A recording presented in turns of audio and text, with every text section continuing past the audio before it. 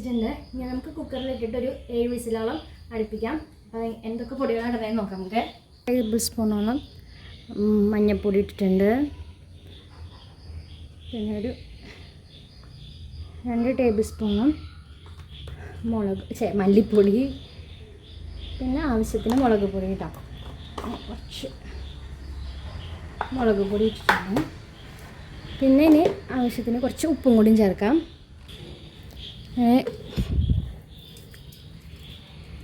കുറച്ച് കല്ലുപ്പും കൂടിയും ചേർത്തിട്ടുണ്ട്. നമുക്കിതൊന്ന് കൈ കൊണ്ടൊന്ന് ഞരടി എടുക്കാതെ 3/4 ഗ്ലാസ് വെള്ളം ഒഴിച്ച് കൊടുക്കാം. അടി പിടിക്കാണ്ടിരിക്കും. ഇത് നമുക്ക് വേഗം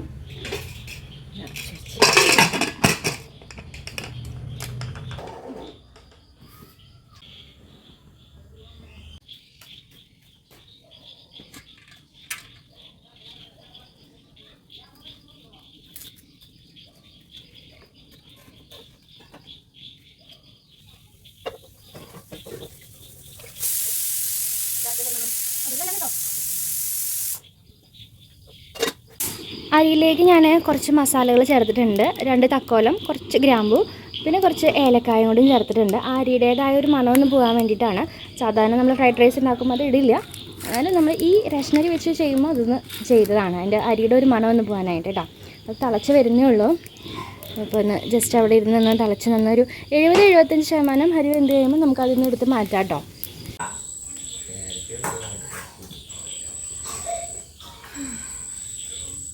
ഫ്രൈഡ് റൈസിലേക്ക് ആവശ്യമായിട്ടുള്ള ബീൻസും ക്യാരറ്റൊക്കെ നമ്മൾ നന്നാക്കി എടുക്കുവാണേ.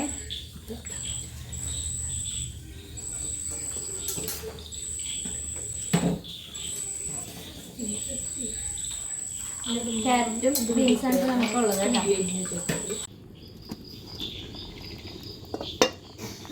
ഇത് വെന്തോന്ന് നോക്കാം.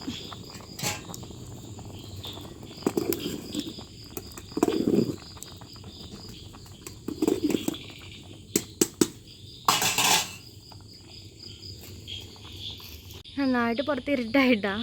ഇപ്പോൾ ഒരു 7-7:30 ആയിട്ടുണ്ട്. 7 മണിക്ക് അരി ഫ്രൈഡ് റൈസ് ഉണ്ടാക്കാൻ സ്റ്റാർട്ട് ചെയ്തതാണ്. ഇപ്പോൾ ഏകദേശം 7:30 ആയിട്ടുണ്ട്. നമ്മുടെ പുറത്ത് ഭയങ്കര ചെവീടിൻ്റെ സൗണ്ടാണ്, അതാണ് നിങ്ങൾ കേട്ടുകൊണ്ടിരിക്കണേ കേട്ടോ. രാത്രി കാലങ്ങളിൽ ഭയങ്കരമായിട്ട് ചെവീടിൻ്റെ ശല്യം ഉണ്ടാവും നമ്മളവിടെ.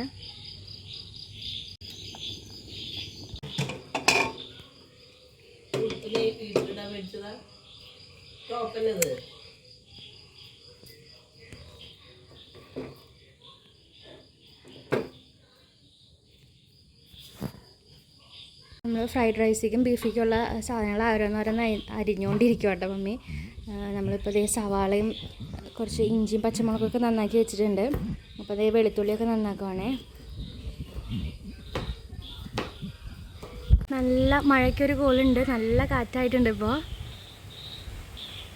നല്ല അസല് കാറ്റ് വീശുന്നുണ്ട്. നമ്മുടെ അരി വെന്ത് തുടങ്ങിയിട്ടുണ്ട്. നമുക്കൊന്ന് നോക്കി നോക്കാം.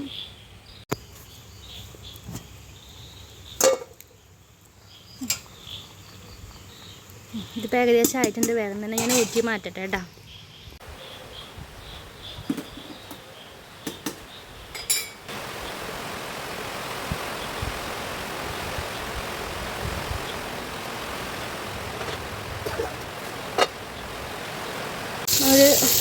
നമ്മളൊരു കുറച്ച് ബീഫിൻ്റെ നെയ്യ് ഇരിപ്പുണ്ടായിരുന്നു, ഞാനത് എടുത്തുകൊണ്ട് വന്നതാണ്. ബീഫിൻ്റെ നെയ്യ് ഒഴിച്ചിട്ടുണ്ട്. അപ്പോൾ നമ്മുടെ ഫ്രൈഡ് റൈസിന് കുറച്ചും കൂടി ഒരു ടേസ്റ്റ് ആയിക്കോട്ടെ എന്ന് വെച്ചിട്ട്.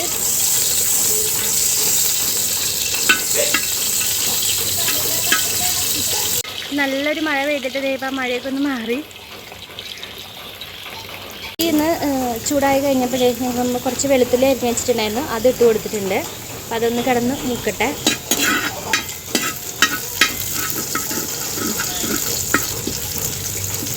ഇതൊരു ചെറിയൊരു ജാതിപത്രിയാണ് കേട്ടോ.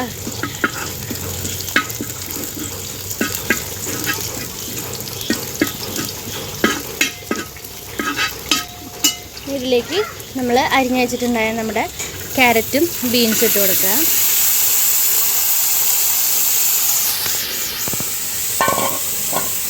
ഇതൊന്ന് വഴന്ന് വരട്ടെ. ഇനി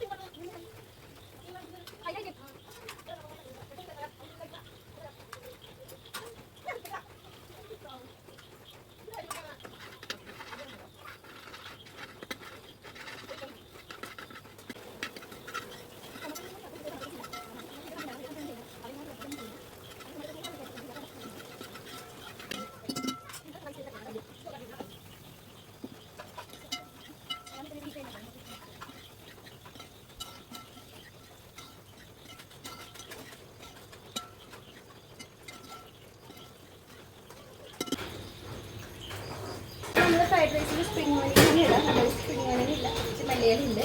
ഞാൻ അത് വെച്ച് അഡ്ജസ്റ്റ് ചെയ്യാം കേട്ടോ. ഇല്ലാത്ത കാരണമാണ്. കുളിയൊക്കെ കഴിഞ്ഞത് കഴിഞ്ഞാൽ ഫുഡ് കഴിക്കാനൊന്നും വേഗം വേണ്ട. നമ്മുടെ വീഡിയോ ഒന്ന് ഇത്രയൊക്കെ ഉള്ളൂ. അപ്പോൾ വീഡിയോ ഇഷ്ടപ്പെട്ടിട്ടുണ്ടെങ്കിൽ ലൈക്ക് ചെയ്യുക, ഒപ്പം നമ്മുടെ ചാനൽ ഒന്ന് സബ്സ്ക്രൈബ് ചെയ്യുക, ഒപ്പം നിങ്ങളുടെ അഭിപ്രായങ്ങൾ കമൻറ്റായി രേഖപ്പെടുത്തണം. ഈ റെസിപ്പി ഒന്ന് പരീക്ഷിച്ച് നോക്കണം കേട്ടോ. അപ്പോൾ എല്ലാവർക്കും ടാറ്റാ ബൈ ബൈ. അടുത്ത വീഡിയോയിൽ കാണാം.